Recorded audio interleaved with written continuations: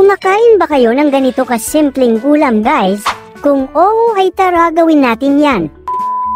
For today's video guys ay kinukuha na natin ang hipon dini sa planggana para lutuin. Tapos ayan guys, agad ko na nga niluto aring hipon after ko mahugasan. Tapos ayan nilagyan na natin ng kunting suka yan guys, para maalis ang lansa. Kahit di naman yan malansa, para sa akin kasi guys, ay nakakapagdagdag sarap yan. Lalong nagiging manamis-namis ang lasa ng hipon at di mo na malalasahan yung asim dahil nawala yung asim matapos natin lagyan ng mantika. Purpose naman ng paglagay ng mantika guys ay para diretso sangag na siya. At ayan na nga ni guys, tamang halo-haloin lang natin yan hanggang sa maluto ng maigi. At inilagay na nga ni natin sa plato yan guys. Gawa ng tapos na natin ito lutuin. Tapos nag-add ulit tayo ng mantika sa kawali. Gawa ng magaluto tayo ng tuyo.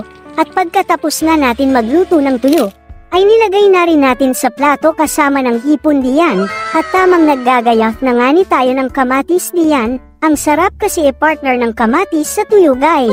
Kaya yan yung ginawa natin na sausawan. Tapos nilagyan na natin ng kunting suka. At ayan na guys, kain na tayo.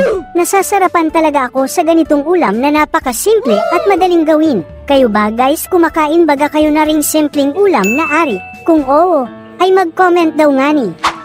Don't forget to share, follow or subscribe sa ating content guys, para updated ka sa next nating video. Salamat!